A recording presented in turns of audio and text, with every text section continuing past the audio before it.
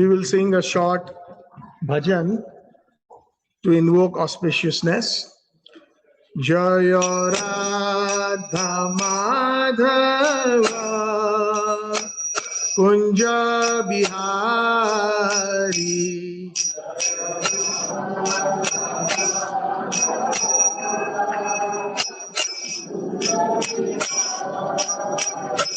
Jaya Gopi Jana Vallabha Girivardhari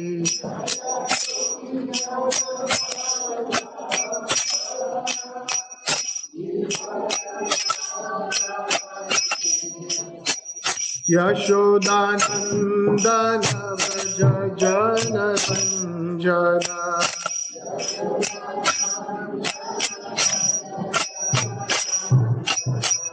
Yashodanandana Vraja Jana Sanjana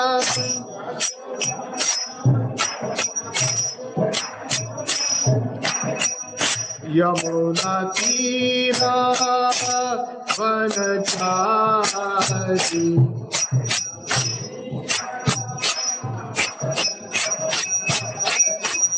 Yamuna Tira Vanachari Hare Krishna, Hare Krishna, Krishna Krishna, Hare Hare, everybody. Hare Rama, Hare Rama, Rama Rama, Hare Hare, everybody. Hare Hare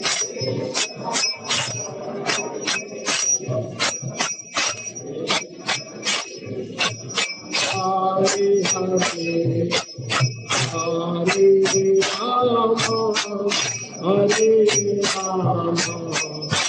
Rama, Rama Rama, Hare Hare, Hare Krishna, Hare Krishna, Krishna Krishna, Hare Hare, Hare Rama, Hare Rama,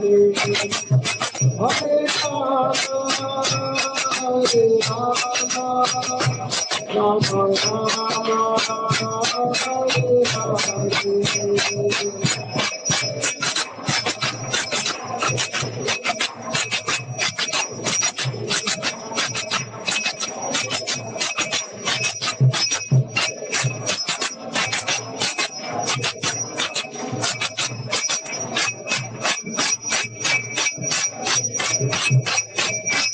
Jaya Prabhu Raja, Prabhu Raja, Prabhu Raja, Shiva Prabhu Raja.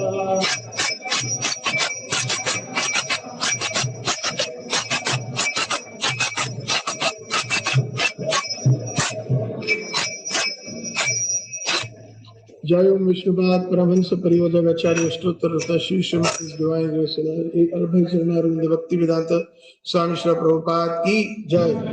Grantraj Srimad Bhagavatam ki Gaur Premanande Hari Hari Bol Gaur Premanande Hari Hari Bol Gaur Premanande Hari Hari Bol.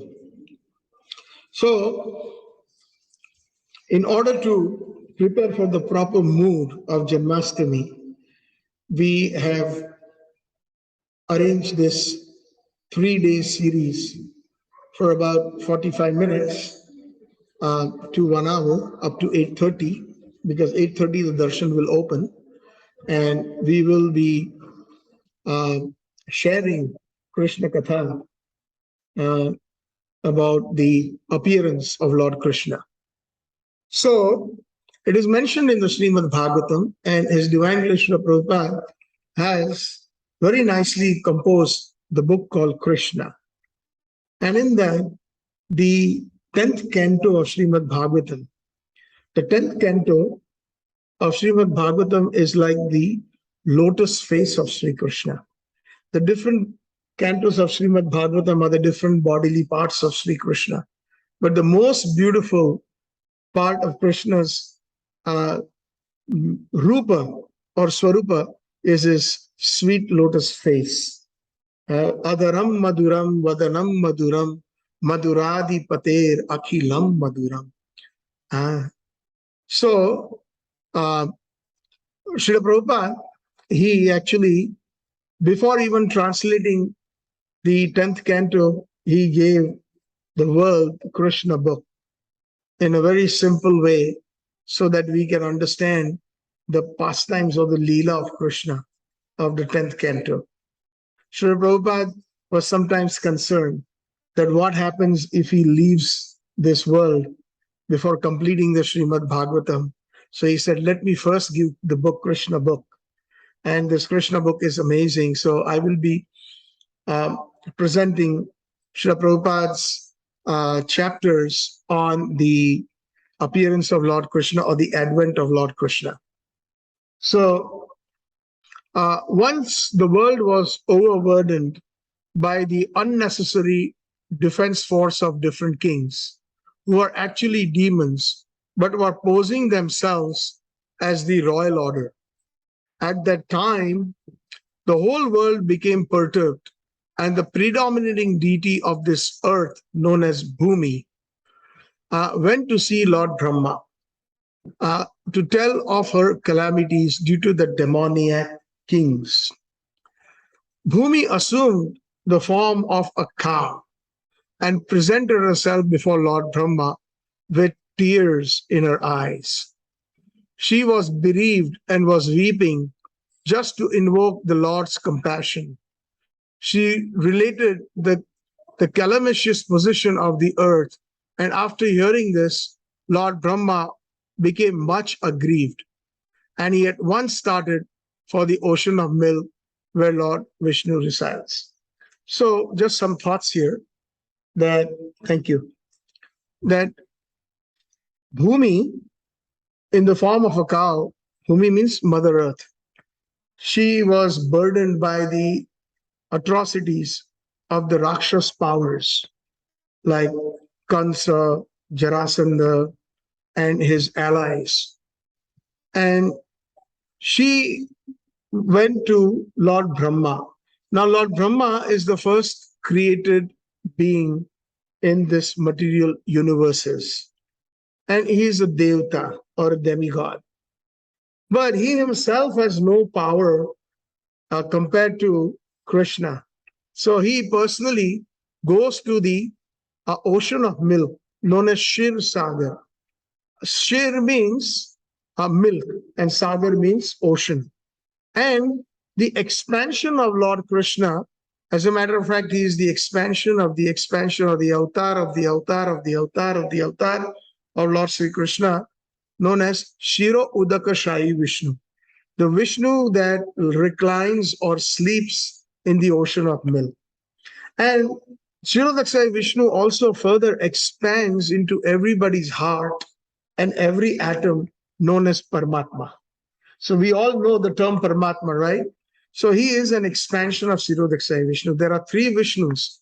There is Karanodakshaya Vishnu, who is known as Mahavishnu. From him, all the different material universes emanate from the pores of his skin, just like we have the pores.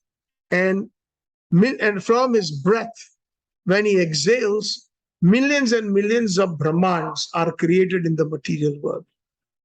And then those Brahmans are completely empty. And in the bottom of each Brahman is Garbhodakshaya Vishnu. He is another expansion of, or an avatar of the Mahavishnu. And he reclines in the bottom, known as the Garbhasagar. And then from his navel, from his Nabi, appears a wonderful lotus, and Lord Brahma appears. And Lord Brahma is the one who starts creating, just like a contractor. Supposing if you buy a piece of land and you have a contractor, you tell him that I want my bedrooms here, I want my garden here, I want my kitchen here. I want my library here. I want a small office here. So, as the owner is guiding, similarly, the owner of everything, Isha Vasham Idam Sarvam, everything belongs to Krishna. So, he is the one who actually guides Brahma to build the different places in the Brahman, the oceans, the land, the sea, the mountains, and the different places, including the heaven, the 6 different heavens, the earthly planet, and the 7 hellish planets, etc. So those are all created by Brahma. So Mother Bhumi thought that if I go to Brahma, he can help me. But Lord Brahma knew that it was beyond his scope. So he went to the Sir Sagar at the ocean of milk, along with different Devi Devtas like Lord Shiva, and Bhumi, mother cow, followed. Arriving on the shore of the milk ocean, on the shore of Sir Sagar, Lord Brahma began to pacify Lord Vishnu, meaning Shirodakshai Vishnu, pacifying Vishnu, who had formerly saved the earthly planet by assuming the transcendental form of a boar. Boar means a Varaha, Keshavadhrita, Sukura Rupa, Jai Jagadisha Hare. Varahadev appeared because Hiranyaksha, the brother of Hiranyakashipu, whom Narsingadev killed, both these brothers had become so powerful and demoniac that the Hiranyaksha, he actually subdued the whole world and submerged it in the water. And Lord Vishnu, he came in the form of a boar, a sukur, with very long tusks, and he lifted the earth and saved the earth. And he fought Hiranyaksha and killed him. So, like this, yada yada hi dharmasya glanir bhavati bharata abhyutanam dharmasya tadatmani srijamiham paritranayam sadhunam vinashayati duskritam dharma sanstapakaya sambhavami yuge yuge. Krishna says in the Bhagavad Gita, then whenever there is a rise in irreligiosity, yada yada hi adharmasya glanir bhavati bharata, and when the land or bhumi becomes completely saddened or burdened, that I come again and again, millennium after millennium. And the reason is paritranayam sadhunam vinashayati duskrita, to give pleasure to the devotees and to destroy the demons. Sambhavami yuge yuge, I come millennium after millennium in different avatars, in different forms. So in the Vedic mantras, there is a particular type of prayer called the Purusha Sukta. And generally, the demigods offer their obeisances to Vishnu, the Supreme Personality of Godhead, by chanting the Purusha Sukta. It is understood herein that the predominating deity of every planet can see the Supreme Lord of the universe. So the predominating deity of this particular planet is Shirodakshai Vishnu. So Lord Brahma, whenever there is some kind of a calamity or disturbance on this planet, Brahma can approach the Supreme Lord Vishnu, but he cannot see him. That is the amazing part. Directly, but he's standing on the shore of on the milk ocean. And there is a planet within this universe called Shweta Dweep. Dweep means planet or a very huge island, and Shweta means white. And on that planet, there is the ocean of milk. It is understood from various Vedic literatures that just as there is ocean of salt, ocean of water on this planet, there are various kinds of oceans on other planets. Somewhere there is an ocean of milk, somewhere there is an ocean of oil, and somewhere there are oceans of liquor and many other types of liquids. So this is a fact. What we are used to seeing between the 7 continents is the ocean of salt. That is called Lavana Sagar. But we are in a very, very small outer Saptadeepa, very small planet known as Jambudweep. And in Jambudweep, the ocean is the Lavana Sagar, or the ocean of salt. but there are 6 more much bigger planets than Jambudvip in each Brahman.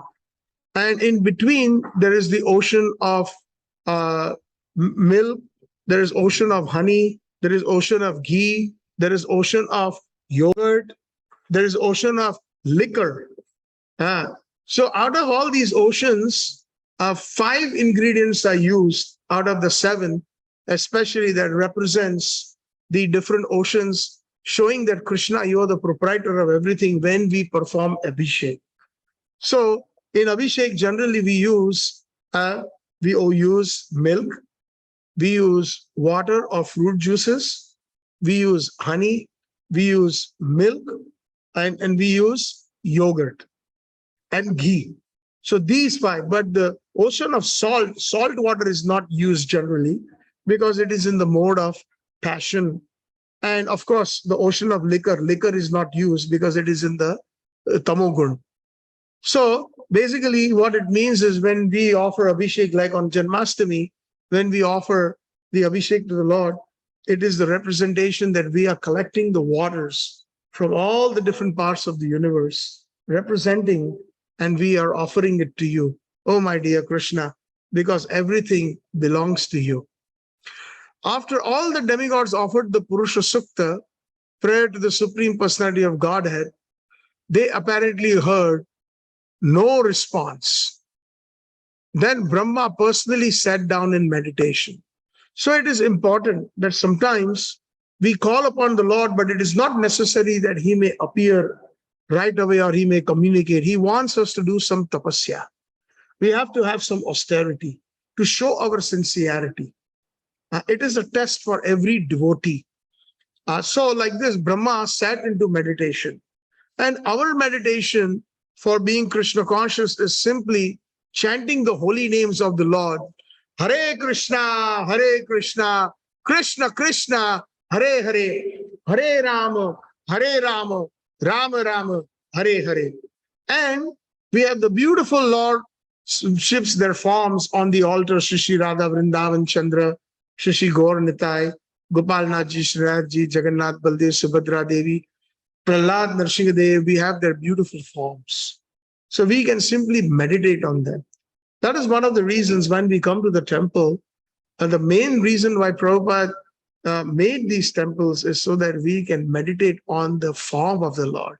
We can concentrate, we can meditate, and not sometimes we get carried away and we have a lot of chatting in the temple. So then we cannot concentrate. The few minutes, 30 minutes, 40 minutes, or 1 hour we are in the temple, we should meditate on the form of the Lord.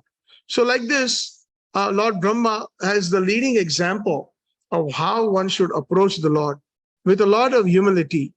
And then finally, the Lord being pleased with Lord Brahma, he transmits a message through sound vibration. He doesn't show himself, but through Akashvani, through the vibration. And Lord Brahma, in the message, Lord Vishnu tells Lord Brahma, and then Brahma broadcasts the message to all the different Devi Devtas or demigods. That is the system of receiving Vedic knowledge. We should receive the Vedic knowledge in Guru Parampara. That's why Krishna spoke the Bhagavad Gita, not 5,000 some odd years ago. First time he did not speak Bhagavad Gita. He tells Arjuna in the 4th chapter that I have spoken this Bhagavad Gita many times. And millions of years ago, I spoke this Bhagavad Gita first to the sun god Vivaswan. And Vivaswan then passed it on to his son, Ikshwaku. And Ikshwaku passed it on to his son, Manu. So, Parampara, we have to learn Vedic knowledge as it is by accepting it from an authority. And Lord Brahma is the head of our Parampara. He is our Gaudiya Vaishnava Sampradaya in the line of Chaitanya Mahaprabhu is known as Brahma Madhva Gaudiya Sampradaya. Because Krishna first initiated Lord Brahma into the Kam Gayatri mantra.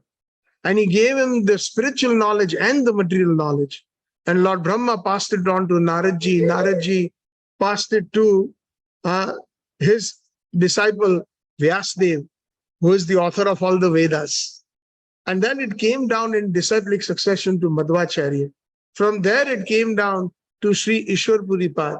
Then in perfect disciplic succession, it came down to Chaitanya Mahaprabhu, who is none other than Lord Krishna, the Supreme Personality of Godhead, along with Radharani in his mood. In her mood, he came to teach his own bhakti. And he became a disciple of Ishwar Puripad. The Supreme Lord himself takes a guru. Krishna and Balram took who as guru? Sandipani Muni. Lord Ramachandra took who as guru? Vasishtha Muni and Vishwamitra, right? So like this is the perfect example. So Lord Brahma passed on this. The Vedic knowledge is received by first Lord Brahma from the Supreme Personality of Godhead through the medium of the heart.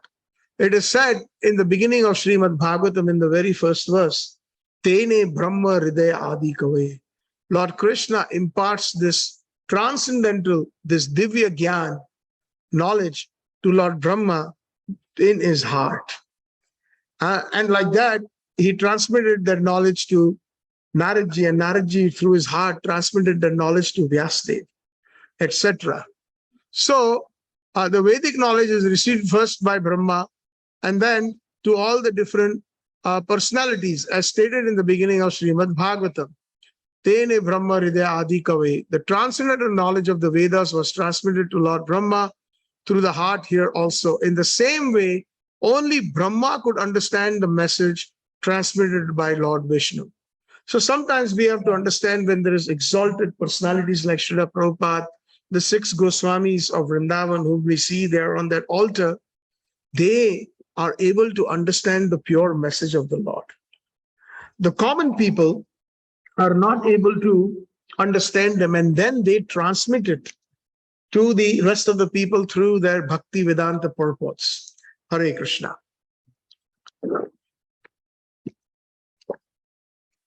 So, because they are the pure representatives of the Lord, they can understand the Supreme Lord more than anybody else. Sakshat Haritvena Samasta Shastre Uktas Tatha Bhav Yataiva Sadbhi Kinto Prabhoya Priyaiva Tasya Vande Guru Sri Charanarvindam. We sing this every day in the Mangalarti, which is verse number 7 out of the 8 verses. And we appreciate or we eulogize the Guru or all the Gurus in the line, pure line of Chaitanya Mahaprabhu or Sadgurus, the pure Gurus, who are actually the representatives of Krishna. They are non-different from Krishna. They are Haritvena. They have all the qualities of Hari. Of course, they are not Hari, they are not God, but they are the pure representatives of Krishna. So, here also in the same way, Lord Brahma could understand the message transmitted by Lord Vishnu, and he broadcasted to all the Devi Devtas, all the demigods, for their immediate action. The message was this: the Supreme Personality of Godhead would appear on this earth very soon. That's what Shirodaksai Vishnu passed on the message to Lord Brahma, that very soon the Supreme Lord, Supreme Personality of Godhead, Sri Krishna, will appear in this world, in this material world.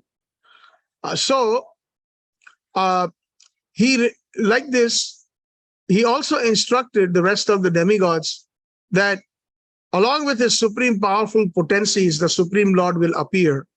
And as long as he remained on the earth planet to execute his mission of annihilating the demons and establishing the devotees, Paritranayam Sadhunam Vinashayati Dushkrita.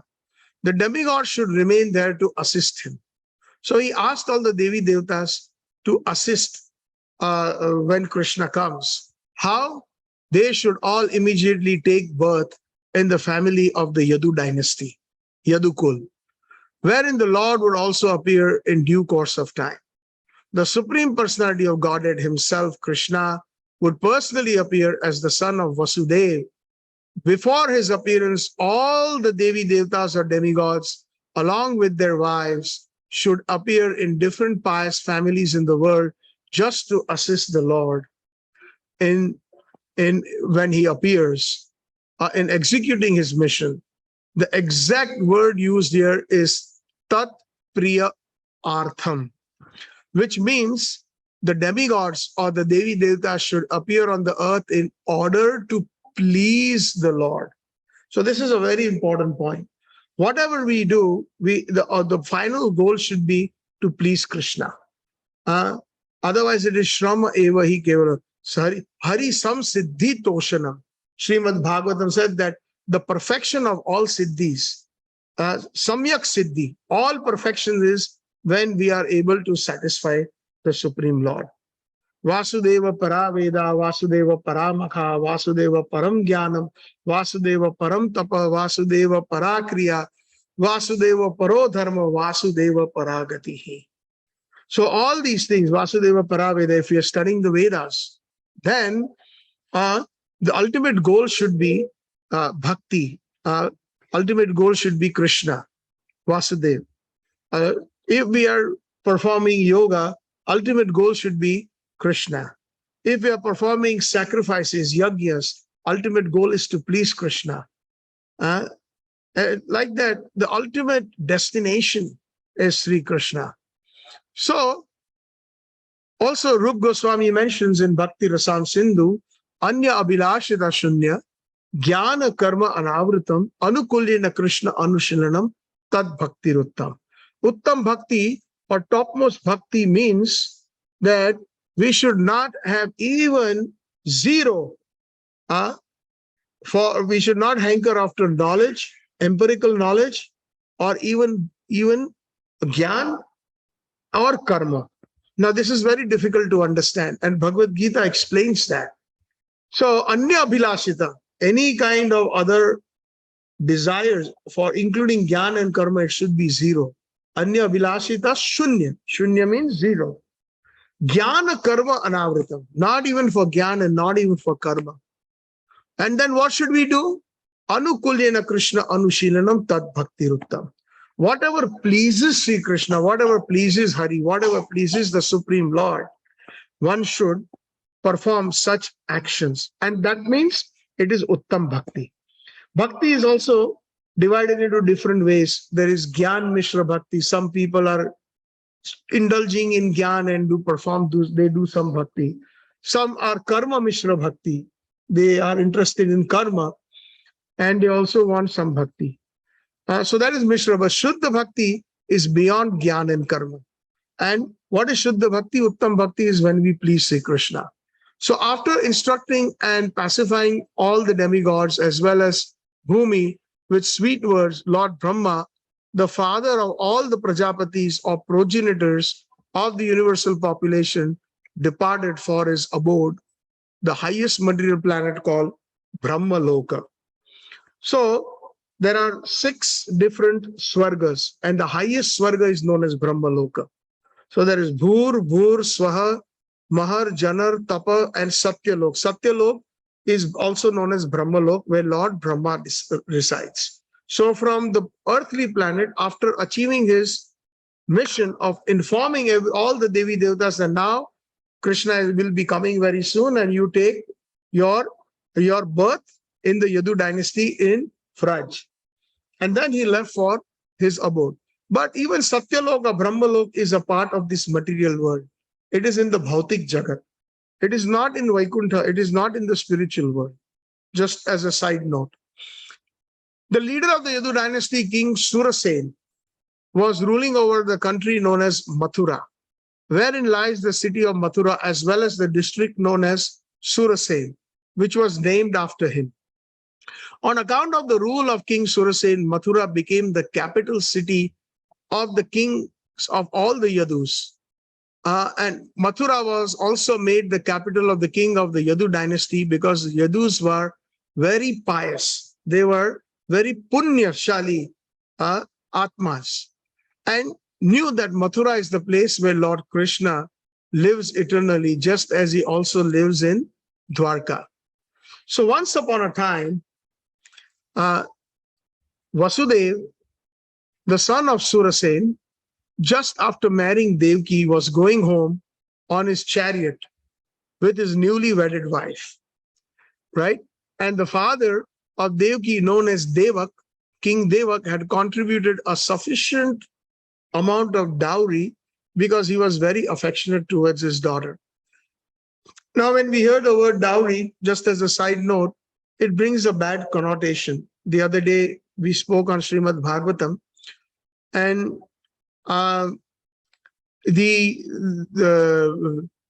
in the past, the kings and many wealthy people gave a lot of gifts to their daughter when they got married, but they were never forced to give.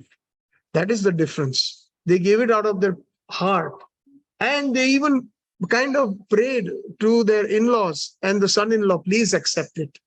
So the son-in-law would respect the father-in-law like a father. So if a father says, please take it, then it is the duty of the son or the son-in-law to accept it. But the son-in-law or the in-law should never demand. Unfortunately, this dowry system in India degraded, and they started demanding. And if the bride's family could not afford it or they could not give it, then they would give a lot of trouble to the women, to the brides. And very, very bad situations would arise. And it is also a crime in India by law to ask for dowry.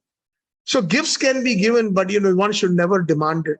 And that is the example what our kings and our previous, the Purvajas, they gave us.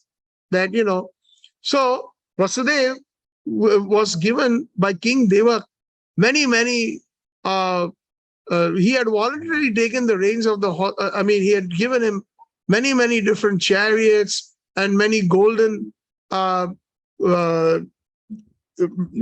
bedecked horses, etc.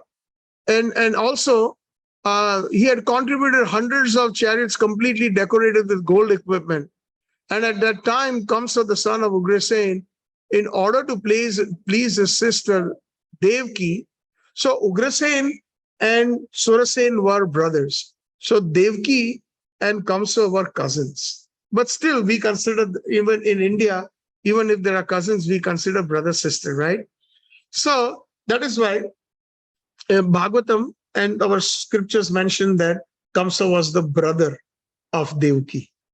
So Kamsa, the son of Ugrasen, in order to please his sister Devaki, had voluntarily taken the reins of the horses of Vasudev's chariot and was driving.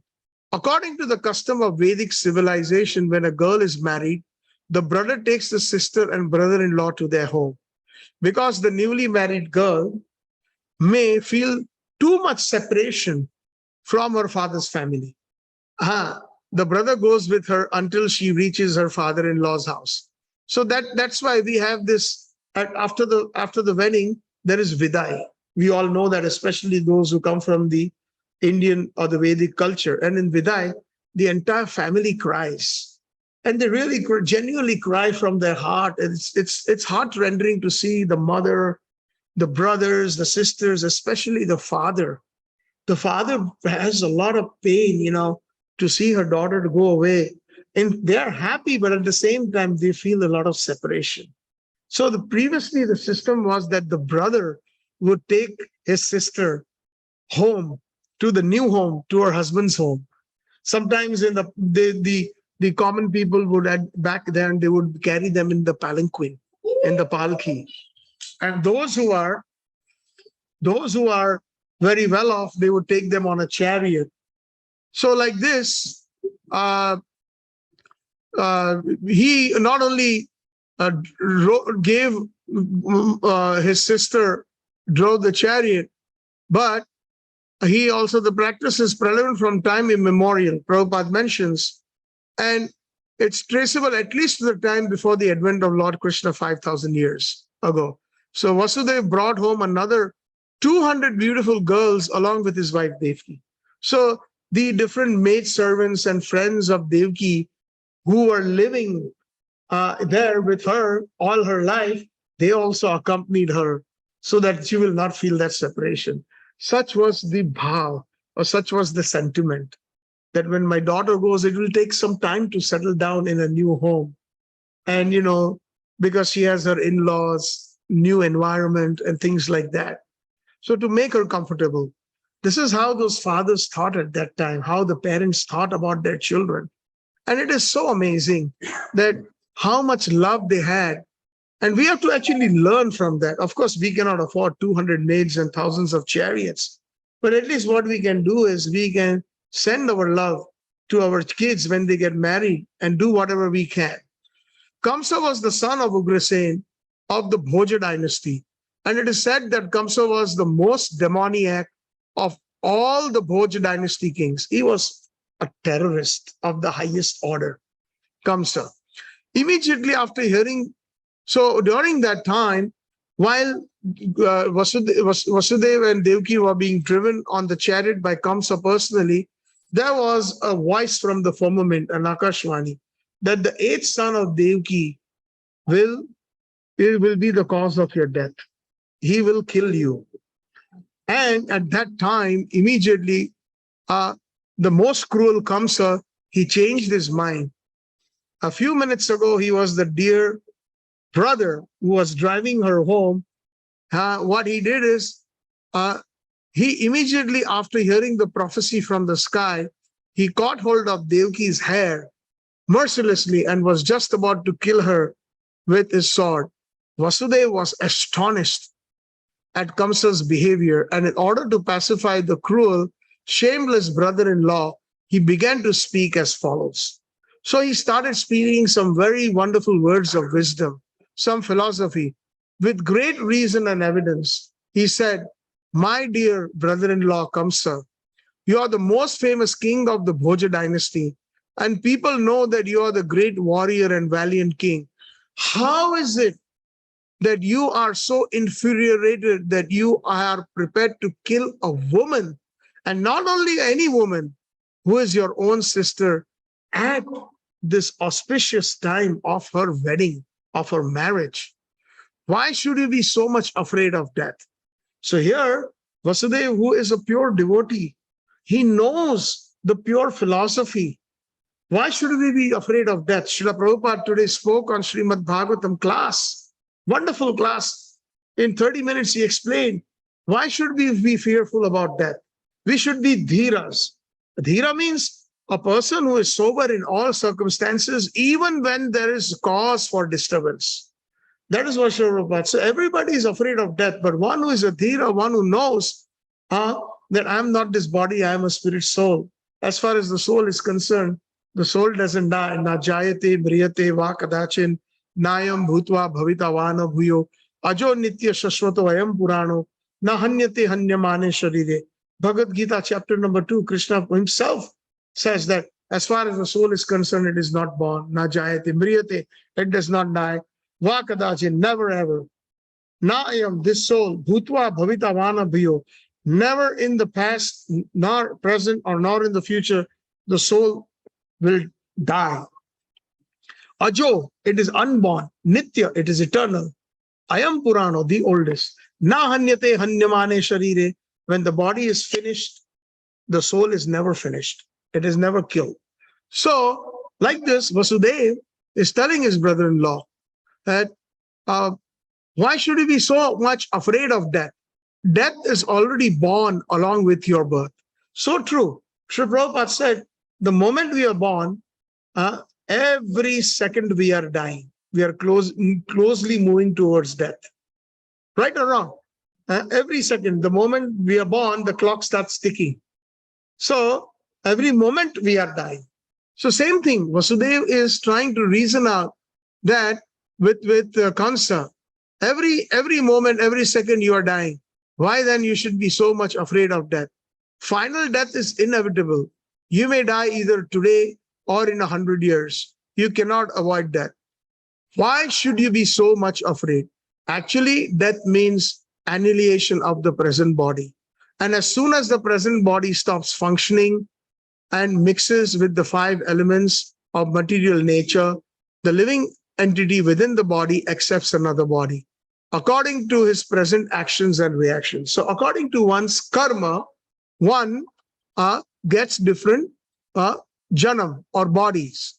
In Srimad Bhagavatam 3rd canto, karmana daiva netrena Dehu jantu upapate striya pravishta udaram purusha retu kanashray. Conversation, the teachings of Lord Kapil to Mother Devoti. According to one's karma, one gets birth in a particular father and a mother. Not necessarily just human, it can be even animal. So, on karmana daiva netrana, under the supervision of daiva means Krishna. One gets birth according what they deserve. So, like this, Vasudeva is saying, it is just like when a man walks on the street, he puts forward his foot, and when he is confident that his foot is situated on sound ground, he then lifts the other foot. In this way, one after another, the bodies change and the soul transmigrates. Bhagavad Gita, 2nd chapter again. Dehi no asmin yatha dehe kaumaram yauvanam jara tatha dehantara praptihis dhiras tatra namuhyati. In this body, the soul is transmigrating, even in this body. Dehi no asmin, in this body. Yatha dehe, in this body, just like the soul is transmigrating from the kaumara, from the small young infancy, from the 4 or 5 years, from the little child to yauvanam, to youth, and then to old age, and then the body is finished. So then the soul's journey continues into another body based on karma. So see how the plant worms change from one twig to another so carefully. Similarly, the living entities change his body as soon as the higher authorities decide on his next body.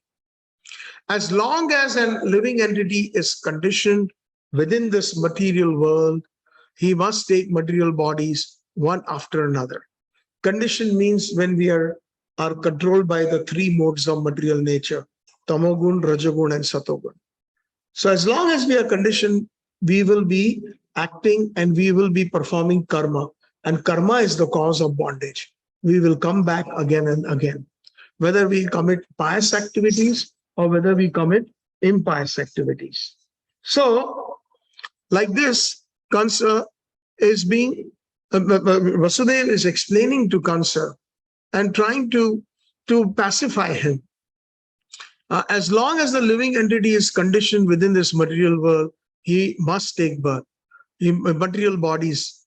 His next particular body is offered by the laws of nature according to the actions and reactions of this life. This body is exactly like one of the bodies which are always seen in the dreams.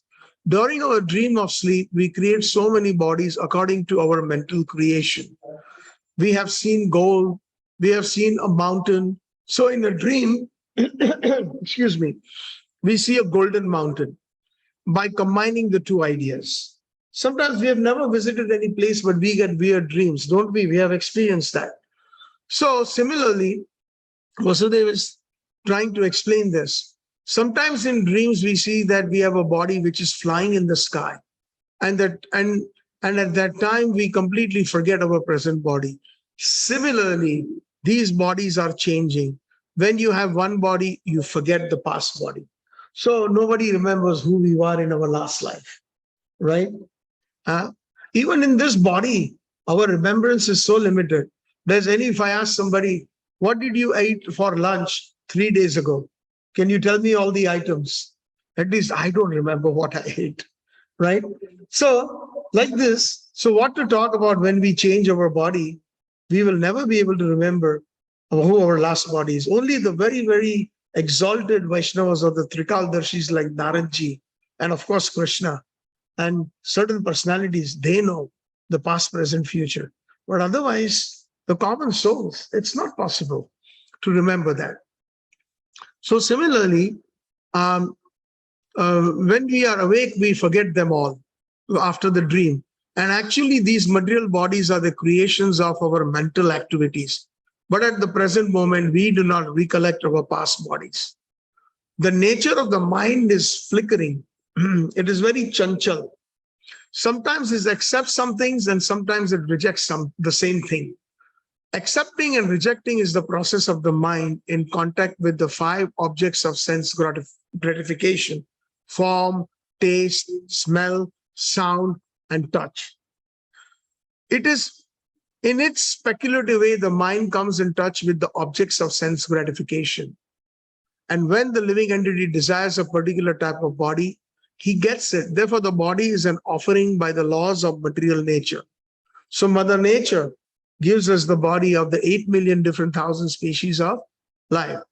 The living entity accepts a body and comes out again into the material world to enjoy or suffer a particular type of body. We cannot enjoy or suffer according to our mental proclivities inherited from the previous life. The particular type of body is actually offered to us according to our mental condition at the time of death. Very powerful statement Vasudevji makes, and his son Vasudev Krishna also makes the same statement in the Bhagavad Gita. Yam yam vapi smaranam bhavam tajeti ante kalevaram. At the time of death, whatever our consciousness is, we will get a body befitting that chetana or that consciousness. And Krishna says that if you can remember me or if you are Krishna conscious, then you will come to me. So if we are conscious, like about our family, about money, our business, our job, and at the time we die and we are thinking about all these things, then we have to come back. Sometimes we come back in our own house amongst our own family members. Sometimes Prabhupada said that there is a big cloth factory, and the man who died, who owned the cloth factory, is always thinking about the production and this and that about the cloth factory. And then he had to come back like a mouse in his own factory because he was so attached. Even the great devotees like Bharat Maharaj, who was 24 hours Krishna conscious, he found one baby fawn, a little deer, and he started taking care of it. And then his time slowly was less in bhakti. He spent a little less time, and he was thinking of the deer. And when he was dying, he saw the tears coming from the deer's eyes. And he was thinking, now who's going to take care of you? It's time for me to go. And then he left his body. What wonderful devotee who practiced Krishna consciousness all his life. But there was a danger. At that time of death, he was thinking of the little deer fawn. And then he came in his next life as a deer. So this is an example for all of us. That's why Srila Prabhupada said we should be 24 hours Krishna conscious. That is why we should chant. There is no rules and regulations. Hare Krishna, Krishna Krishna, Hare Hare, Hare Ram, Ram Ram, Hare. Sitting, sleeping, standing, while going to work, even when we are working, in the back of our heads, we can always chant the holy names. So like this, he mentions the luminous planets like the sun, moon, or stars reflect themselves in different types of reservoirs like water, oil, or ghee. The reflection moves according to the movement of the reservoir. The reflection of the moon is on the water, and the moving water makes the moon also appear to be moving. But actually, the moon is not moving. Look at the wonderful logic that Vasudevji is telling Kalsa. So on. Similarly, by mental concoction, the living entity attains different kinds of bodies, although actually he has no connection with such bodies. But on account of illusion or Maya, being enchanted by the influence of Maya, the living entity thinks that he belongs to a particular type of body. That is the way of conditioned life. Suppose a living entity is now in a human form of body, he thinks that he belongs to the human community or a particular country or a particular place. He identifies himself in that way unnecessarily and prepares for another body, which is not required by him. Such desires and mental concoctions are the cause of different types of bodies. The covering influence of material nature is so strong that the living entity is satisfied in whatever body he gets, and he identifies with that body, which is known as Dehatma Buddhi. Like when I identify myself as an American or a Canadian or Indian, or I identify myself as Gujarati or Maharashtrian or Punjabi or Tamilian or Kerala, etc., you get the point. So that identification is due to illusion. We are not this body, we are a spirit soul. And when if we thinking and our consciousness, that body, then that is how we start identifying ourselves. According to the Chaitanya Charitamrita, Krishnadas Kaviraj Goswami quoting Chaitanya Mahaprabhu, Mahaprabhu was asked, who are you? So he said, who are we as the souls? He says, Jiver Shwarup Hoy Krishner Nitya Das. The Swarupa, or the eternal identity of the soul, is that we are eternally servants of Krishna. That is our true ego. And false ego is what I mentioned, that I'm Indian, I'm American, I'm Canadian, I'm Chinese, I'm Australian, etc., etc. So this is what Vasudev is saying. Vasudev then requested Kamsa not to be envious of his newly married sister. One should not be envious of anyone, because envy is the cause of fear both in this world and in the next. When one is before Yamraj, the Lord of punishment after that, Vasudev appealed to Kamsa on behalf of Devaki, stating that she was his younger sister. He also appealed at an auspicious moment at the time of marriage. A younger sister or brother is supposed to be protected just like one's child. We find that even today in the Indian culture and the Vedic culture, or even in the West, when you have a huge gap of age, sometimes the elder brother acts like a fatherly figure or a motherly figure or a sister, right? Taking care of their younger siblings. So that's what Vasudev is saying to him. The position is overall so delicate. Vasudev reasoned that if you kill her, it will go against your reputation. So now he's using different kinds of techniques to pacify Kansa, that look, you are a great king. And it will go against your reputation. Killing a woman, being a Kshatriya, that is not allowed. And what to talk about killing your younger sister? In this way, Vasudev tried to pacify Kamsa by good instruction as well as by philosophical discrimination. But Kamsa was not to be pacified because his association was demoniac. Because of his demoniac association, he was a demon, although born in a very high royal family. A demon never cares for any good instruction. He is just like a determined thief.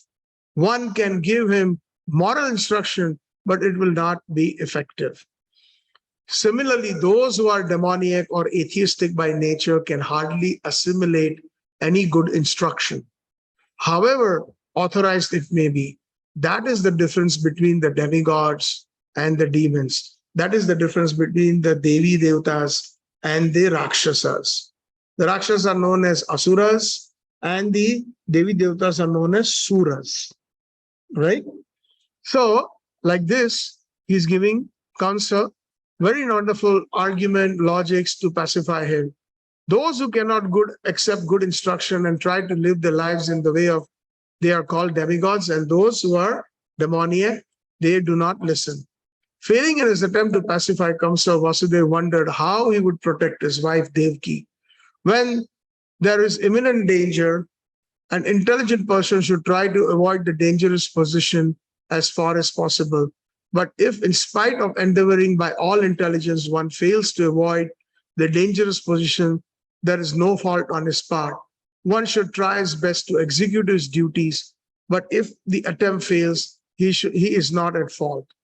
Vasudeva thought of his wife as follows: for the present moment, let me just save the life of Devaki, then later on, if there are children, I shall see how to save them. He further thought, if in the future I get a child who can kill Kamsa, just as Kamsa is thinking, then both Devaki and the child will be saved, because the law of providence is inconceivable. But now, some way or other, let me save the life of Devaki. So I stop here now. We will continue tomorrow until Krishna Janam. So those who are here, please come, and those who have joined online, we will continue the advent of Krishna. Shri Shri Radha Vrindavan Chandra ki, Patita Pavan Nitai Gaur Sundar ki, Shri Shri Gopal Nath Ji Srinath Ji ki. गौर प्रेमानंद श्रील प्रभुपाद की, ग्रंथराज श्रीमद् भागवतम की जय। गौर प्रेमानंदे हरि हरि बोल।